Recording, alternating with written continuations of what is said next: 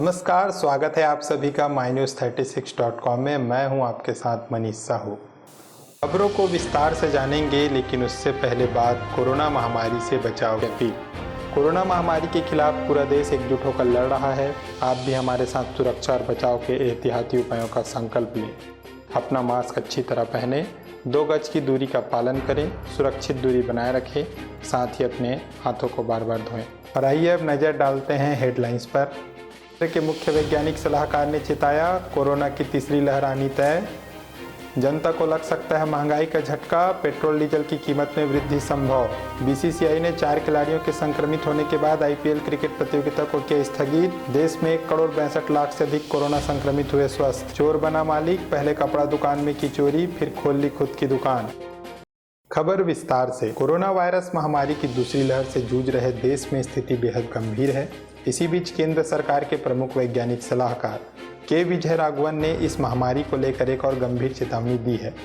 उन्होंने प्रेस वार्ता कर कहा कि जिस तरह तेजी से वायरस का प्रसार हो रहा है, कोरोना महामारी की तीसरी लहर आनी तय है, लेकिन यह साफ नहीं है कि यह तीसरी लहर कब और किस स्तर की होगी। उन्होंने कहा कि हमें बीमारी की नई लहरों के लिए तैयारी करनी चाहिए।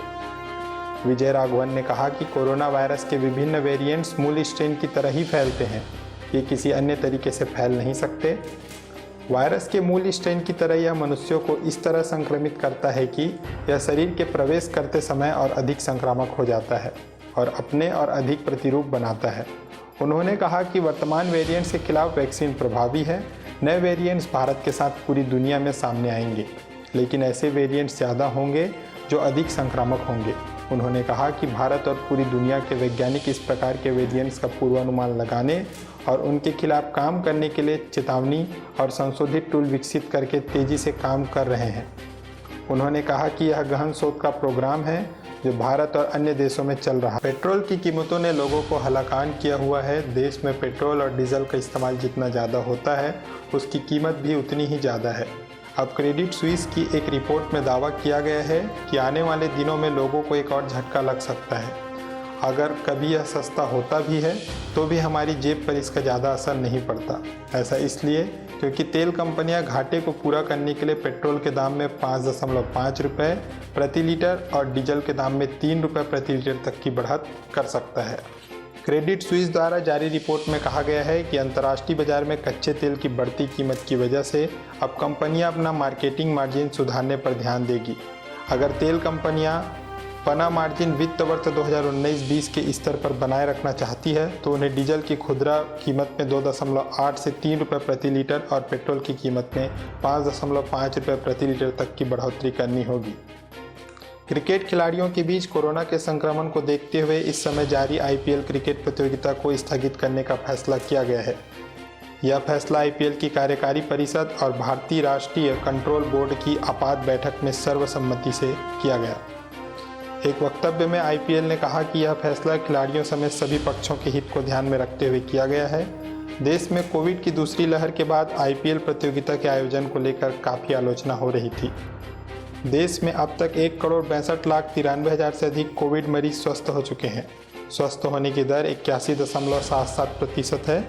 स्वास्थ्य मंत्रालय में संयुक्त सचिव लव अग्रवाल ने बताया कि मरीजों के स्वस्थ होने में सकारात्मक दृष्टिकोण बहुत महत्वपूर्ण रहा।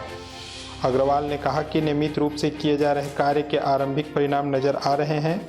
कोविड से स्वस्थ लोगों की संख्या बढ़ना सकारात्मक रुझान है, लेकिन उपचाराधीन रोगियों में वृद्धि अब भी चुनौती बनी हुई है। राजधानी रायपुर में बीते कुछ महीनों से कपड़ा दुकानों में हो रही चोरी की घटनाओं ने पुलिस की नींद उड़ा रखी थी। पुलिस गुमनाम चोर की तलाश में जुटी थी, लेकिन कोई सुराग हाथ नहीं लग रहा था। एक के बाद एक चोरी की वारदातें बढ़ती ही जा रही थी। इधर इन चोरियों को अंजाम देने वाला शख्स खुद मालिक बन बैठा था।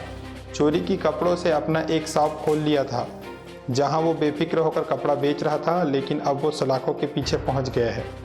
दरअसल राजधानी पुलिस ने कपड़ा दुकानों में नकबजनी करने वाले आरोपी रिंकू मौर्य को गिरफ्तार किया है।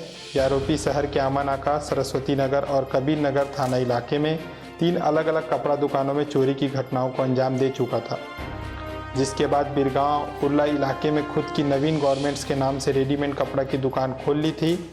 अपने दुकान में चोरी की कपड़ों को ग्राहकों को बेचता था। पुलिस ने बताया कि आरोपी पूर्व में भी चोरी के अपराध में जेल जा चुका है। खबरों में इतना ही। आपसे फिर मुलाकात होगी, तब तक के लिए अलविदा। और चलते चलते एक बार फिर आपसे कोरोना महामारी से बचाव की अपील। कोरोना महामारी के खिलाफ पूरा देश एकजुट होकर लड़ रहा है। आप भी हमारे साथ सुरक्षा और बचाव के एहतियाती उपायों का संकल्प लें। अपना मास्क अच्छी तरह पहनें, 2 गज की दूरी का पालन करें, सुरक्षित दूरी बनाए रखें, साथ ही अपने हाथों को बार बार धोएं।